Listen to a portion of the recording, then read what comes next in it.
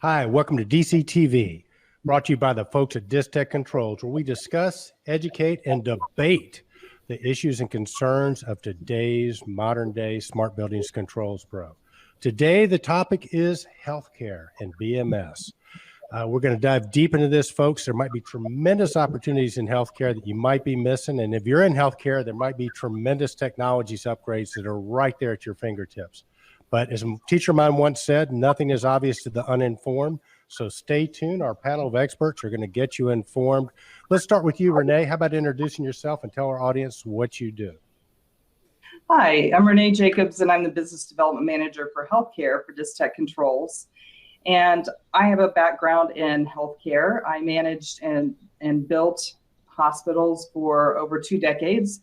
So I would build them and then end up managing facilities. So I have a number of years of experience and have some pretty in-depth experience in building controls and automation as well. I also worked for other controls vendors and am now leading the healthcare vertical market for Distech. Oh my goodness, we're going to get the straight skinny from you today, aren't we? I tell you what, that's great with that background. But hey, not to be outdone, we also have Jim French from Distech Controls as well. Jim, how about introducing yourself and give our audience a little bit of your background as well, please? Thank you, Eric. Thanks for having me. My name is Jim French. I'm a 35-year BMS industry veteran, so I've been around the block a time or two. I've been with Distech Controls for 10 years now, and have had quite an experience in a variety of vertical markets, but in particular in healthcare. So we serve and work with a variety of healthcare customers. So happy to share our experience and our insights with you today. Well, very, very good, guys. Well, I want to start off right off the bat. Let's sort of discuss BMS and healthcare. I mean, to me, it's a bit of a mystery, this vertical market, but you guys with your experience, Renee, let's start with you. I mean, how do you see healthcare right now? Are they sort of ahead of the curve with BMS, a little bit behind? Where do they sort of fall with what you're seeing with other vertical markets? I believe that it spans a large, vast difference between different hospital organizations, different hospitals, different systems. We will see everything from old pneumatic systems in some hospitals that just haven't allocated the resources to upgrade their BAS, all the way up to health systems that are leveraging the integration between the clinical networks, HL7 and BACnet, which is the building networks. And they're leveraging those integrations to drive some efficiencies in clinical outcomes. So it really is a difference across the board. And we're seeing healthcare working towards leveraging the building technologies to improve the patient experience and patient outcomes. Well, very cool. So it sounds like a wide spectrum, like you say, kind of all over the map a little bit. Jim, from your perspective, I mean, what are you seeing vis-a-vis healthcare? Well, I would echo what Renee said. It really is all over the map. We have clients that are very sophisticated. Traditionally in healthcare, you find some of the more advanced mechanical system designs and sequence of operations. They tend to instrument their mechanical systems a little bit heavier than other verticals. And so there's a pretty complex ecosystem in the healthcare space that demands some expertise in that market for sure. Well, it sounds to me like, guys, with that much disparity between the different hospitals and organizations, that seems like a great opportunity. I know from my experience personally, it seems like so many of the healthcare facilities are being served by the branch organizations and not so much the independent contractors. You guys got a feel for that? Are they just better at talking with the healthcare professionals, or have they just been doing it longer? If I'm an integrator out there, an independent contractor, I mean, this has got to be music to my ears. And how do I get in the game, so to speak? Sure. We'll start with you, Jim, on this one, if you don't. Absolutely, Eric. Thank you. So there is actually a trend in the market that we hear that owners that have been traditionally saddled with one of the big three, if you will, or big four players in the market are opening up their service and their retrofit opportunities to open system providers. And that really is the key. And so there that trend, I believe, is due to them feeling being held hostage in service and retrofit opportunities that they have to work with, and they get price gouged, quite honestly. So.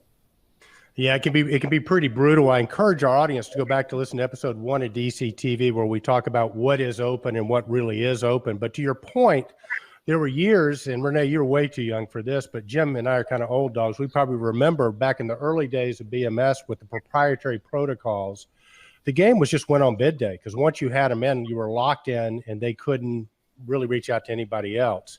So, Renee, from your experience, I mean, how would you define open? I mean, what is open to you, and why is that important if you're a healthcare facility and looking to sort of open your options up, if you will? Well, I think the one thing that healthcare organizations are getting better at is looking at the life cycle costs of the building, and not just first cost, because there may be a vendor that bids very low on bid day, and then when it comes down to how much it really costs you to maintain that BAS over the life cycle of the building, it could cost you a lot more. So when we talk about what does open mean,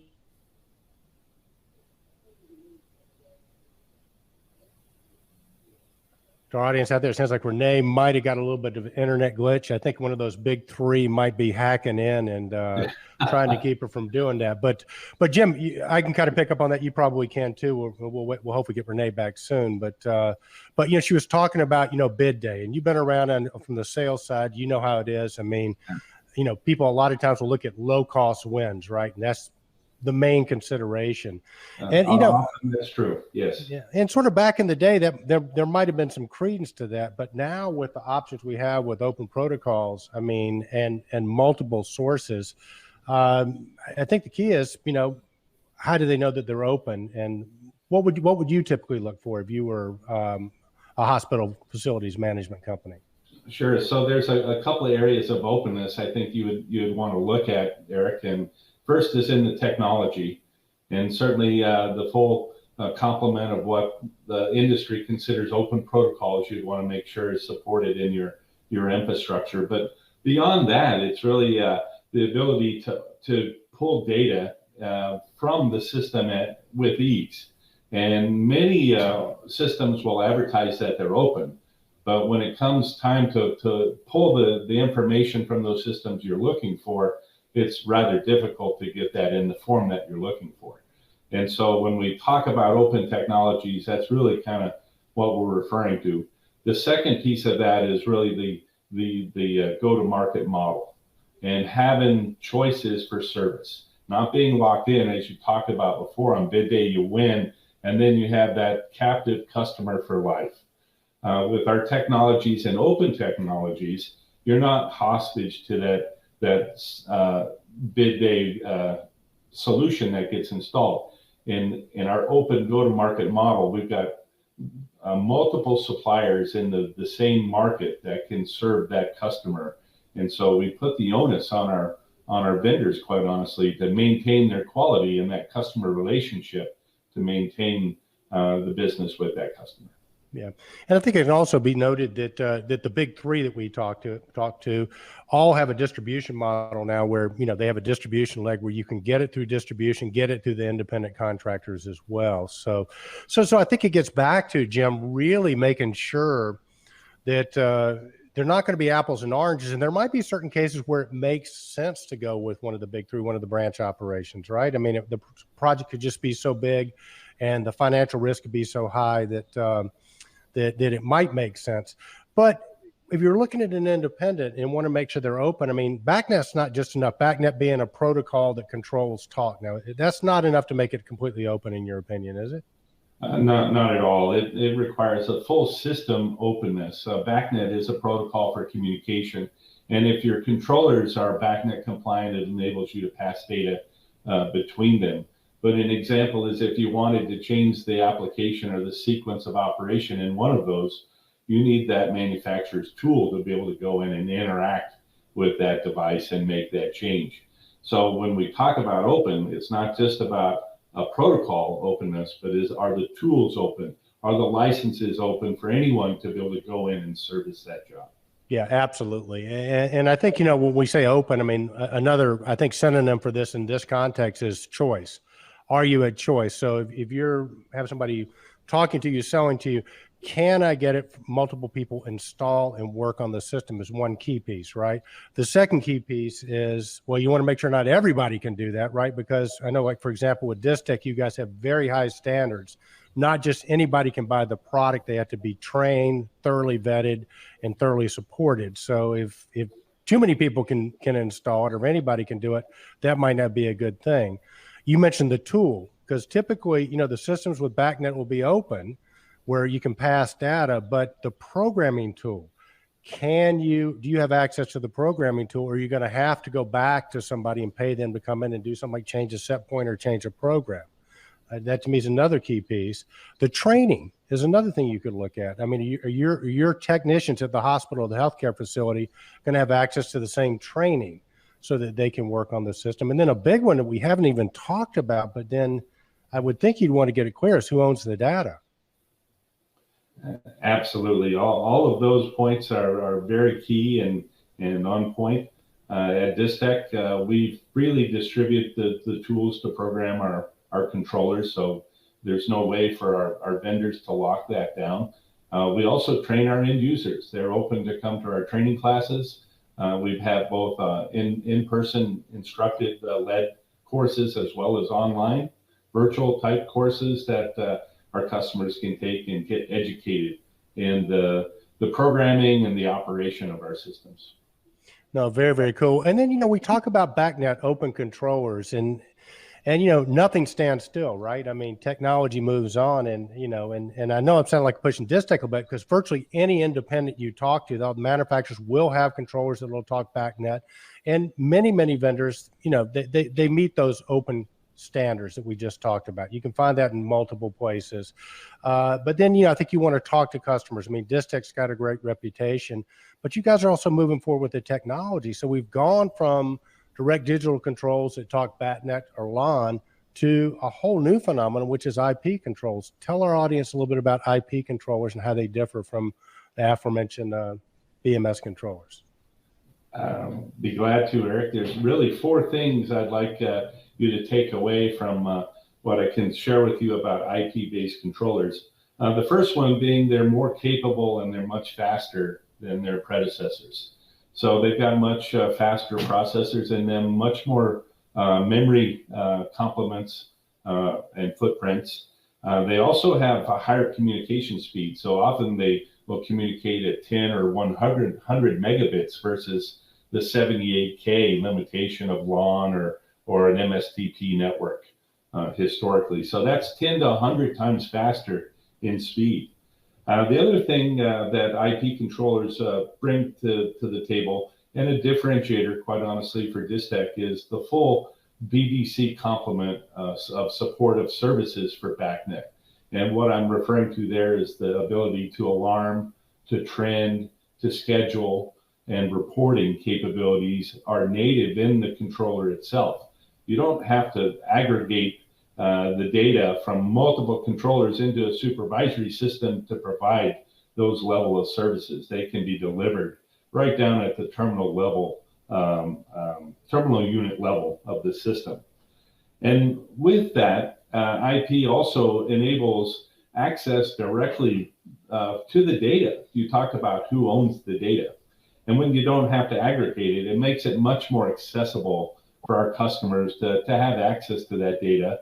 And there's technologies we employ, such as RESTful API, that enable our customers direct access to the controller and pull the data directly. They don't have to aggregate that into a supervisor or a data farm of some sort. And then last but not least is our ability to put cloud technologies and connectors in those controllers as well, and allows us to drive data directly to a cloud interface and bypass a supervisory system. So a whole lot of bang for the buck here, right? And of course, then the other thing is there those would argue that they're a lot more cyber secure, because poor Renee, one of the big three, hacked in and knocked her out. I'm glad you got in. You're probably coming into an IP controller now, right, Renee? I think we got you back.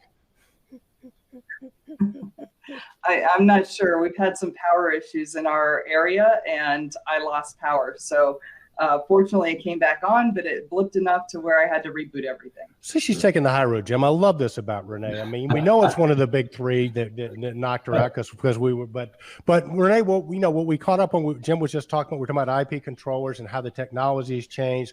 We talked a bit about open and how important that is. So now I want to sort of kick it back to both you guys. And Renee, we'll start with you since you've had a little bit of a break here. And don't say anything about the big three, okay? Because we can't afford to lose you for the rest of the broadcast here. And the big three, just in case you're wondering, is ABC, CBS, and NBC, right? So that's who we're talking about.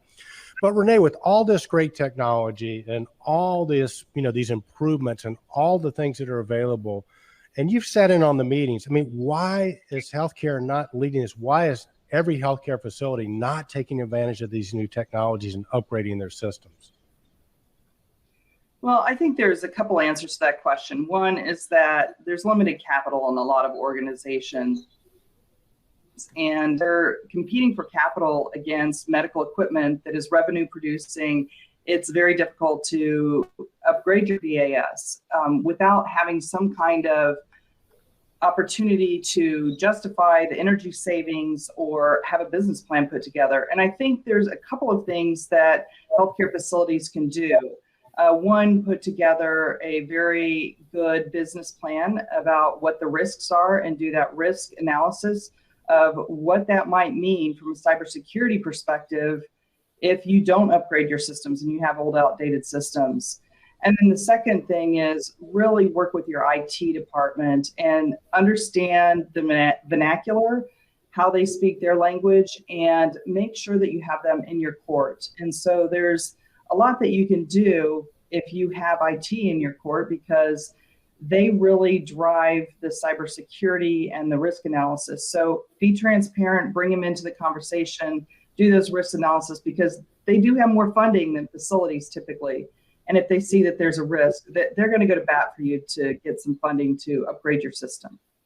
No, very, very cool. And it would seem like, we were talking about the IP controllers, Jim, it would seem like that, IP controllers talking to IT, that's got to be catnip for them, because it seems like they understand it, because it seems like you have these two things separate, right?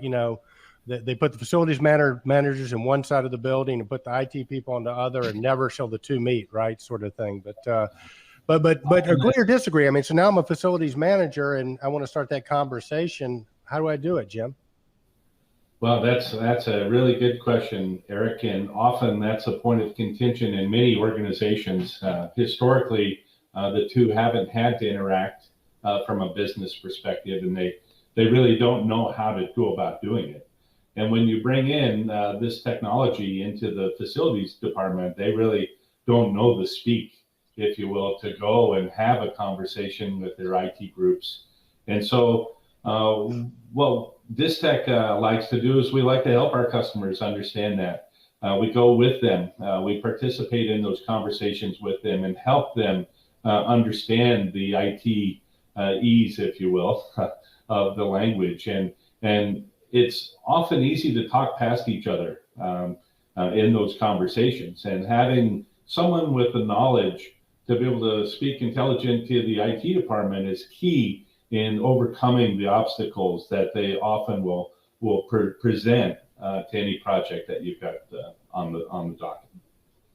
Well, I tell you what, we got Renee with us, and Renee, you've sat in on so many of those meetings. Let's give our audience a little bit of a vocab lesson. What are some words, if I use as a facility manager, that's going to have their ears perk up and pay attention? Well, I think really the key thing is around cybersecurity, because patient information is protected. And if you're sitting on the same network, of course, that's a risk, and something that no IT department in healthcare wants to deal with is but having a breach of patient information. But if you're sitting on different networks, there's also another conversation about that as to the cost of managing those. And would you rather have IT managing the network and managing the security as versus having it sit on its own independent network where building systems could get hacked very easily, just as much as patient information? So those are really the things to discuss and to talk about what makes sense and why would you have two networks versus one? And doesn't it make more sense to have IT helping you manage that? No, I like it, but I want some more juicy words. You used one earlier. Was it risk assessment, or you used a risk word? I think risk words are always good when you're trying to get somebody's attention. Absolutely. It's a risk. It's a vulnerability assessment. Vulnerability assessment. I love that. I wish somebody had discussed that with me before I got married the first 3 times. So vulnerability assessment. So yes. Okay. Vulnerability assessment. So, I mean, that includes obviously cybersecurity is a vulnerable point, right? But what about things like the pressurization of the building being off and not having data to support that, which is pretty easily to access through something like a BMS system? Would that be something that might get their attention as well? Absolutely. In the U.S., we have a large issue with healthcare associated infections. So we have over 2 million healthcare associated infections a year, and of those 90,000 patients die every year. So in the time we're sitting here, a number of patients have already died due to healthcare associated infections. So the last thing any healthcare organization wants to do, just from patient safety and the cost, because we spend anywhere from $28 billion to $45 billion a year for these healthcare associated infections. So we want to make sure that from a facilities perspective, we're doing everything we can to make sure that the environment is working within the regulated parameters. So making sure we have the right pressure relationships, we have the right number of air changes. And if you have a BAS system that isn't tracking that and it's very difficult to document, then it's definitely needed in time to upgrade your system. So the BAS does play a big role in being able to help with that HAI number, and it comes down to the bottom line of dollars in patient safety. Well, you know, as one of my teachers once said, in God we trust and all else get data. So Jim, you've been around for a while. I've got a healthcare facility. I got a bunch of pneumatics in the building. How do I get the data out of there to do what Renee was talking about? That's a challenge, because you have to instrument all your pneumatic sensors with electronic transducers to pull the information back into a data collection system. Yeah, and then you got to have somebody who remembers how to write DOS. Right? Yeah. Somebody knows Lotus 1, 2, 3 to be able to get it in that format. Yes, that's right. And I'm being a bit facetious because you can do that. And I know as a distributor, we sell some of that. But when you start looking at the relative cost of like IP controllers, I mean, you're going to spend much more trying to adapt the old technology to give you this stuff. And then you're not going to be able to massage the data the way you want to as well. Well, reading the data is one thing, Eric. Doing something about the information it's giving you is another, right? And that's what direct digital control allows us to do, is once we get the data, now you can make useful information out of it and take corrective actions. Yeah, and I know somebody, the master systems integrators that we deal with and you guys deal with, I mean, they all are working with programs like SkySpark and analytics program where you get that data in, and that allows you to do so many things, you know, from predictive maintenance to, like Renee said, you know, covering your rear end, right? Because now you got all that data there. And even something like as simple as recommissioning. You know, I mean, you know, systems go in the first time and they get commissioned. They work great for about the first 4 or 5 hours. And then you got to send somebody back to commission them over and over again. But if you're looking for a reason to upgrade the system, if you're working with companies like Distech and some of these master systems integrators, I mean, these systems can recommission themselves. They'll tell you when there's a problem so you can have your maintenance staff go do something else, right? Yeah, absolutely. In fact, they'll predict when you need to have maintenance done and help you get ahead of the curve and control your maintenance costs in a proactive fashion. Much of the challenge with pneumatic control systems is it was very reactive. You didn't know something went wrong until it happened, and then you were in a reactive mode. With the data collections that we have now and the technologies you referenced with the various analytics engines that are available on the market, there's no way you can't pull that data in and do the analytics to predict when you need to pull your maintenance ahead of a failure.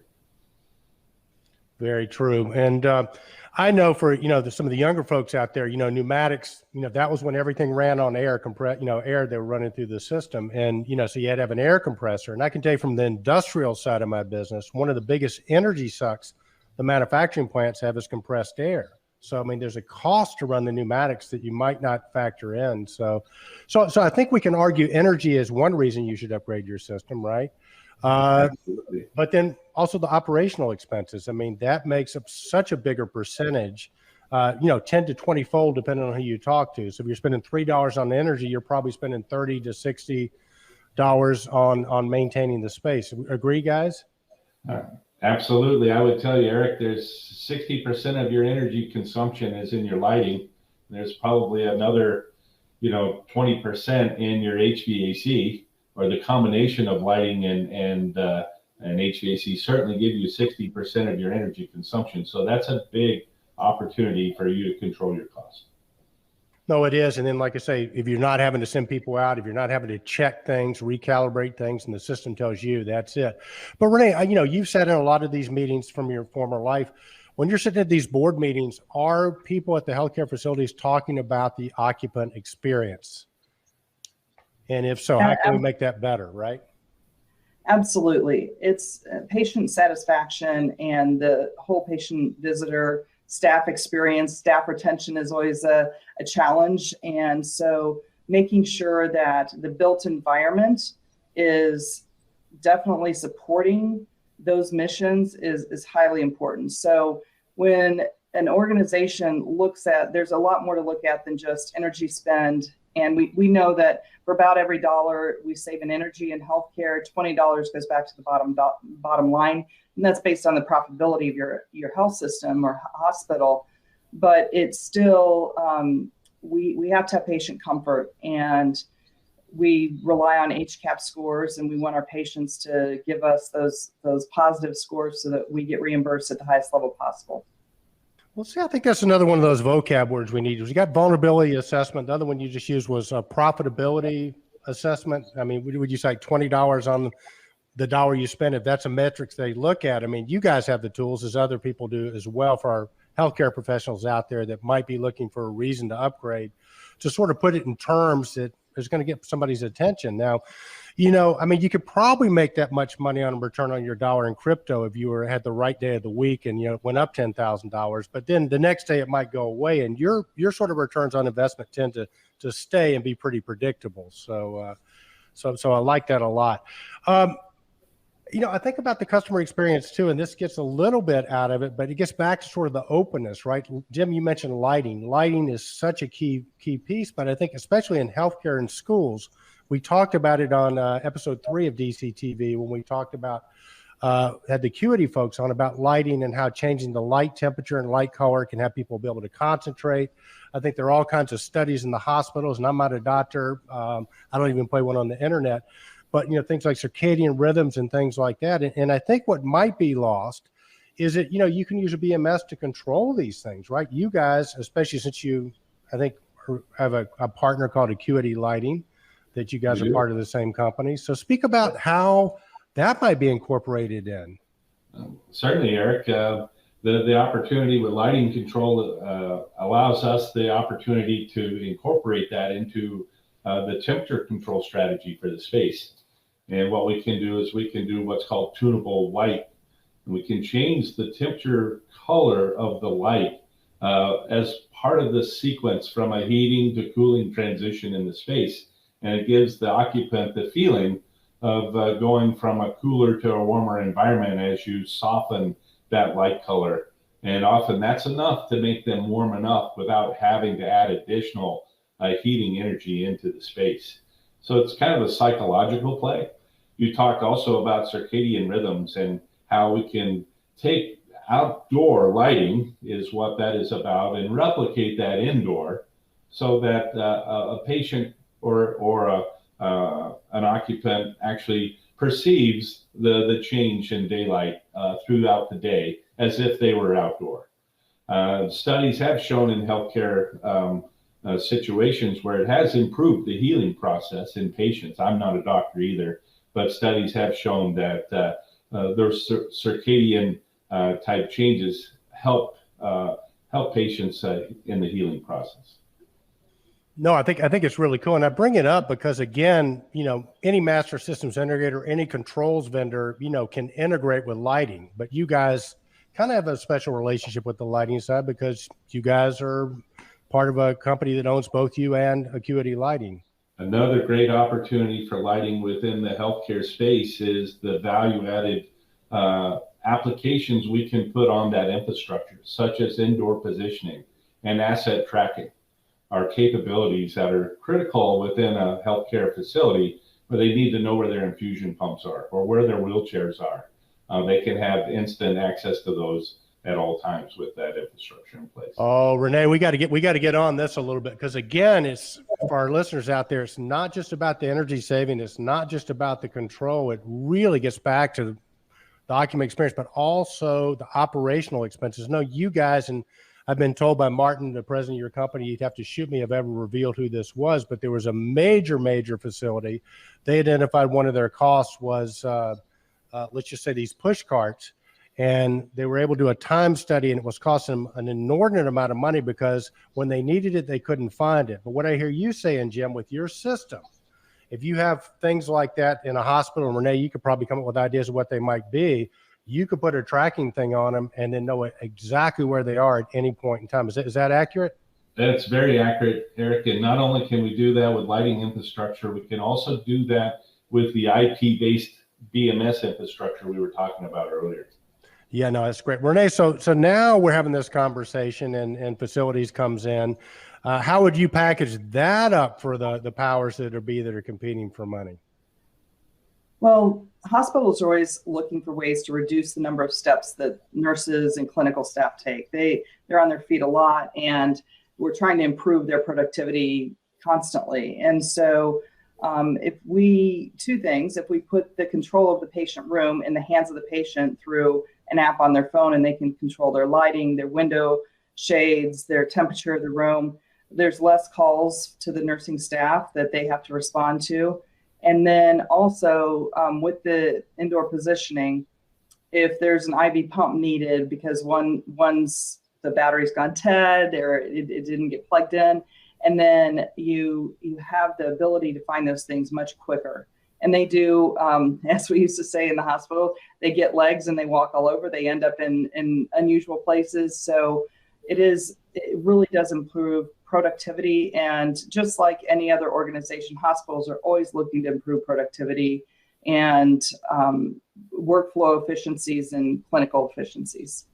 Well, no, I think anybody like me can relate to it. If I just had one of those for my wallet or my car keys, the time I would have saved over my lifespan with that. So it makes a lot of sense. And kind of what I'm getting at is, if you're gonna get into this market and be successful, you got to have different conversations. It just can't be about the controls. Fair, you guys? Fair assessment? Absolutely, it is about the value-added infrastructure that you're putting in place to drive future opportunities to leverage that as an asset and not a cost center. Okay, so let's get back to why isn't this happening? It seems like based on all these benefits for healthcare with upgrading their BMS system, there'd be a line out the door for people trying to do it. Why isn't it happening, guys? Well, I'll jump in just a little bit, Eric, on that. I think it just typically comes down to capital dollars. And again, we go back to what was talked about in our first episode around open and choice. And when healthcare organizations feel like they're locked into one provider and they can't get competitive pricing for their service on their BAS or even for the upgrades on their BAS, it becomes a real challenge. They feel very locked down. They don't have that choice. And so with providing that open platform, that choice, that they can go out and actually get competitive pricing and really drive the service to where they need it to be, and also have that training capability for their in-house staff.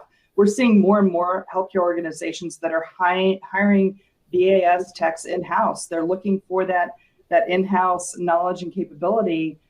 And if they have a system that's locked down, a lot of those organizations don't have the ability, their tech doesn't have the ability to really do what they need to do and what they've been hired to do. Whereas if the system's open, they can do that. That makes a lot of sense. Go ahead, Jim. Yeah, Eric, I would just add to what Renee said. And from my perspective, more aren't doing it. It's an awareness issue within those facilities. And as we alluded to earlier in our conversation, many of those organizations are siloed, and they're kind of in a rut, if you will, of the traditional way that business is conducted and systems are installed. And they don't think outside of that box that I could leverage this infrastructure for something more than what it was intended for. So it really is an educational opportunity for us to go out and educate the market in what the potentials are for these solutions and get that awareness built up to where people understand they can buy a lighting system, or you can buy an infrastructure of a sensory network that's going to deliver a tremendous amount of value in addition to illuminating your space. I love it, Jim. And I think that would be the call out to our audience, anybody that's listening to this, that's in the industry, especially our integrators. It seems like there's huge unplowed fields here, and it seems like it's just a matter of education. That's sort of what I was thinking. You know, it's time and attention, and you know, like everybody else, I mean, you're busy. It's not broke. Don't worry about fixing it. But I think the upside is so huge that I think whoever makes people aware is not just probably going to get the job, but probably going to have a long-term relationship. It's a little, you know, it's like finding somebody a bunch of money that they didn't know was there, your new best friend. So, yeah, very, very cool. Wow, this is so much fun, guys. So, Jim, you guys are going to get me one of these tracking systems for my wallet and my phone, right? I'd love to do that. That'll be great. I'm trying to think what else we got here, guys, because there's a lot. But it seems like there's a convergence of technology here. It's bringing multiple pieces. You know, we've seen it in other vertical markets. I know I've talked to your other vertical market leaders as well as other vendors, and it seems like other sort of verticals have really sort of adopted this. They've looked to the master systems integrator to be one of the, maybe a key player in the traditional sort of planning, right? You know, in the past, it was always like, you know, you had a consulting engineer, he'd write up the specs, send it out, low bid typically got it or whatever, but that model seems not to be quite enough. Not that they're not a lot of great consulting engineers, but it seems like the master systems integrator is somebody in that sort of capacity that can look after the owner's long-term interest is sort of a key piece. Are you guys seeing that as well? Yeah, I'll start with you. Yeah, we do, Eric. I would tell you, especially those customers that have more than a single facility. So where you have to coordinate the operations across a portfolio of buildings, master system integrators play a key role in driving the standardization and the commonality of that occupant experience, if you will, across all of those facilities for those clients. So that's a tremendous value add that they bring to the table. Very cool. Jim, actually, I got a question that just came in, and I'll ask you now because it seems like it's pertinent. And the question is, bottom line, Jim, you know, if I'm dealing with one of the big three, I mean, I know what I'm getting, right? How do I know whether or not an independent integrator is qualified? How would I know? What questions should I ask them? Well, I would certainly ask for references, Eric, you know, and certainly the Distech partner channel has a strong reference portfolio that we can bring to bear to show our success in that market. The other thing I would ask for is just to ask for their standard process and procedures and make sure they're aligned with your business needs from a client perspective. Yeah, I like that. And I think, you know, we've got enough independent master systems integrators now that have done enough big projects that you're going to find a lot of them out there that will be able to hold their own with anybody you bring in. Right. Yep. So Renee, I've got one for you from Timid in Toledo. Is facilities manager. I'd love to start a conversation with IT and try and get some money. And I've got an old system. How do I get started with that? I mean, can you give me one or two steps where I can start today? So I think that the first thing is to work with one of our system integrators, because I think they can help coach on the vernacular. So it's really learning what the pain points are for IT and understanding their language. So if you don't fully understand their language and what's going to be a real pain point for them, we have a lot of resources to help you down that road. So I would say reach out to us. We have people who can help through that process. They can help with the conversation. They can come have the conversation with you. and make sure that you have the understanding that you need to know to be able to have that educated discussion with IT. So bring us in, we'll help educate you, we'll help with that conversation, because sometimes those conversations can be very difficult conversations, and we can definitely help through that process. Well, talk to me too, Renee, about it, because obviously, you and Jim both have an extensive background in the vertical market of healthcare. I mean, Distech is a company. I mean, what's your focus there? I mean, you guys seems like you guys have some people dedicated to helping penetrate that market. Is that a fair statement? If so, what do you got? What's your guys' goal? So I'll speak just a little bit, and then I'm going to hand it over to Jim. So we have a lot of healthcare installations. We've partnered with a lot of organizations, and really what we want to do is provide those healthcare organizations, like I said, and I keep using this word and I can't get away from it, but it's just choice. We really want you to have the choice and to have control of your own destiny. We don't want some other company driving your destiny, and we shouldn't really drive your destiny either, but we want you to have that choice. We want it to be open. We want you to have informed decisions and not just looking at first cost, and helping you through that process to understand what that all means. Well, very good. And Jim, you've actually had some experiences. Well, I'm sorry. Please answer that question. Then I got an add-on for you. Sorry about that. I'm getting ahead of myself, guys. This is exciting. So in addition to what Renee said, most healthcare customers, their IT departments have a process that's established that they use to vet anything that they put on their network. And that's really a good place to start the conversation, or what are the requirements of your healthcare facility and your IT department, and how can our solution meet or exceed those expectations?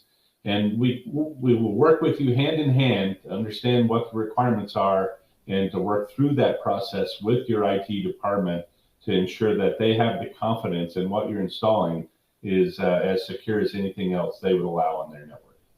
Oh, very cool. And Renee, it sounds like if for our friend in Toledo, he should just send an email with a title: request to IT, request vulnerability assessment meeting and profit dollar maximization meeting. Would that be a good heading to get him in for a conversation, or her in for a conversation? I think that's a very good start, and opening that line of communication is really what's important. And yes, I've worked for a number of different healthcare organizations, and I've experienced there's sometimes a great divide between facilities and IT. So it's, and then there's some organizations that have really tried to build that bridge. And I was fortunate to work for one where an individual from IT, the director level, sat in my department. So there is a wide range, and so you'll encounter some organizations that already have that in place and they have that relationship, but there are a number that don't. Yeah, I got you. And Jim, you've actually got some case studies, without revealing names, where this has actually worked, where you guys have gotten involved and helped a facility bridge that gap. What were some of the common denominators there? If you were going to give 2 or 3 points that made that work. Well, what made that work was actually the engagement of the key stakeholders that were involved. And to Renee's point earlier, there's typically the key risk assessment personnel within the IT organization that you have to satisfy in the requirement set for us to be successful in that. The example you referred to, we were actually able to take an existing solution they were already comfortable with. We married it with our open platform and our technology. We were able to deliver that same solution back to them, and it used the technology that they were comfortable with. So made it very easy for them to adopt into their infrastructure and take in and utilize. Excellent. Wow. It just seems like the key is just to start the conversation, just get the ball rolling, right? You got no downside to that. And the key, Eric, is to break down the silos, because those silos are alive and well in many of those organizations. And it's a challenge when you're an outsider coming in to know who is who in the zoo. Who's who in the zoo? I like that. Yeah. To know who you need to connect the dots with. And so that's the big challenge, is understanding who the players are, connecting those dots between those players, and getting consensus to move your project forward. Well, it seems like too, for, I guess our call to action is for the people listening to this broadcast to get out and start spreading the gospel, if you will, about what BMS can do for healthcare facilities. For our integrators out there, same thing. I mean, do they need to try and see more people in the zoo? And if so, I mean, obviously IT would be one. And it is expanding the circle of influence, right? Yeah. And the more people that you have on your side and understand the value of the technology, and the fact that you're not just bringing a purpose-built solution into play, you're bringing a future-proofing capability to this facility that's going to exist long-term and bring additional value-added services over the life cycle of that install. Right. So if I'm an integrator salesperson, an integrator, I'm normally probably seeing the facilities people working on the system. I just need to probably go to IT. And how would you open that dialogue? Would you start with facilities and ask them about that, or would you just go straight to IT? Or I guess it's not a right answer. Never go around the facilities group. I would always be inclusive of them. Gotcha. And then the way you would approach that is, a good way is to talk about risk assessment and the vulnerability assessment of that system solution, and from our expertise, what we can do to help solidify, any vulnerability that they may have, to where it's a minimal issue for them. So it's really building trusted advisor status within that organization, that they trust you, that you're going to perform to the best of their interest. And once you have that, it's a much easier road. Nice. Renee, I got a question for you that just came in from Proprietary, kind of an odd name in Pennsylvania, Proprietary in Pennsylvania. It says, what questions do I need to ask to make sure our system is fully open?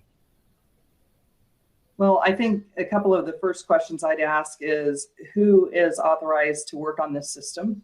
So if you walk away tomorrow or our relationship doesn't go well, who else do I have? Do I have other people that can come in and work on this system? And that's probably the biggest thing for me, because I've operated buildings even through a year after opening where we couldn't get graphics. So we're running the BAS with no graphics for a year just because the provider couldn't get those done. But nobody else could come in and deliver those graphics, or even work on the system. So I think that's the big thing is who can work on the system, who has access to work on the system, and what else are my actual controllers locked down. So, and I think Jim, you probably have a lot to add to that from a technical perspective. So I'm going to hand it to you. So certainly, Renee, the other things you would ask for, if it's a Niagara-based system, you'd want to ask for that Niagara implementation and conformance statement of that vendor. That really gives you the indication of how open that station is, that Niagara station, from other vendors being able to come in and service that site.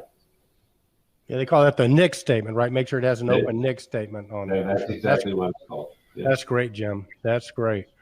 Excellent. Well, Jim, we got a question for you. Okay. I'm sorry. It's what do I need to know to implement system upgrades successfully? I noticed they didn't ask that question of me. They asked it of you. They know I wouldn't know. That's a great question.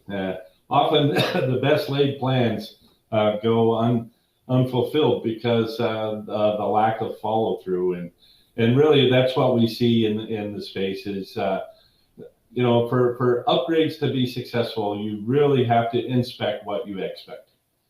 And the best way that we've seen that happen is through commissioning agents, or a commissioning project process on the project that you go through and you inspect what you expect. Once you've gone through that and you validated the system's performing to your expectations, then you're pretty confident that you got what you paid for. Yeah, and something along the lines too, Jim, that we need to talk about is the consulting engineer, because consultants still play a very, very important role in this.